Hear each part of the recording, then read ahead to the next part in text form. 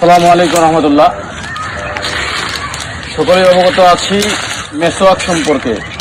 এই মেসওয়াক আল্লাহ নবী সাল্লাল্লাহু আলাইহি ওয়াসাল্লাম একটা হাদিস বলছে, তা হচ্ছে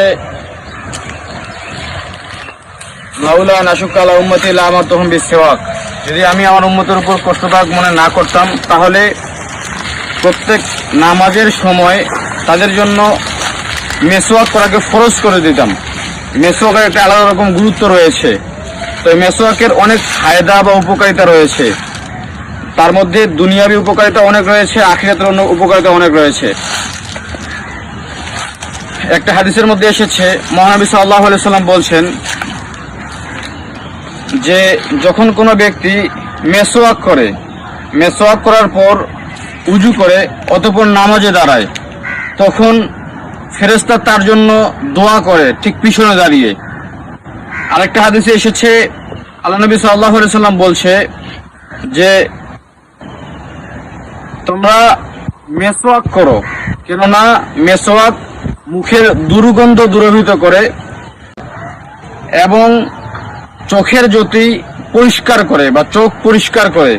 তাহলে মেসওয়াকের অনেক গুরুত্ব রয়েছে, যা আমরা উপরোক্ত দুইটা হাদিস থেকে বুঝতে পারলাম। তো আমাদের করণীয় হচ্ছে আমাদের মেসওয়াক করতে হবে।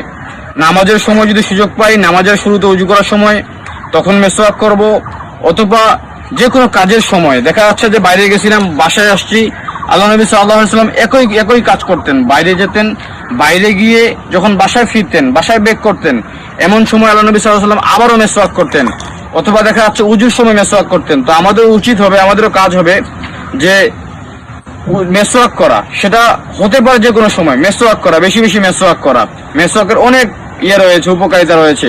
যে উপকারিতাগুলো বললাম তার মধ্যে আরো অনেক উপকারিতা রয়েছে। তার মধ্যে আরেকটা উপকারিতা ছাড়া পড়েছে, যা হাদিস বিশারদগণ উল্লেখ করেছে, তা হচ্ছে যদি কোনো বান্দা বেশি বেশি মেসওয়াক করে, তার মৃত্যুর সময় কালেমা নসিব হবে।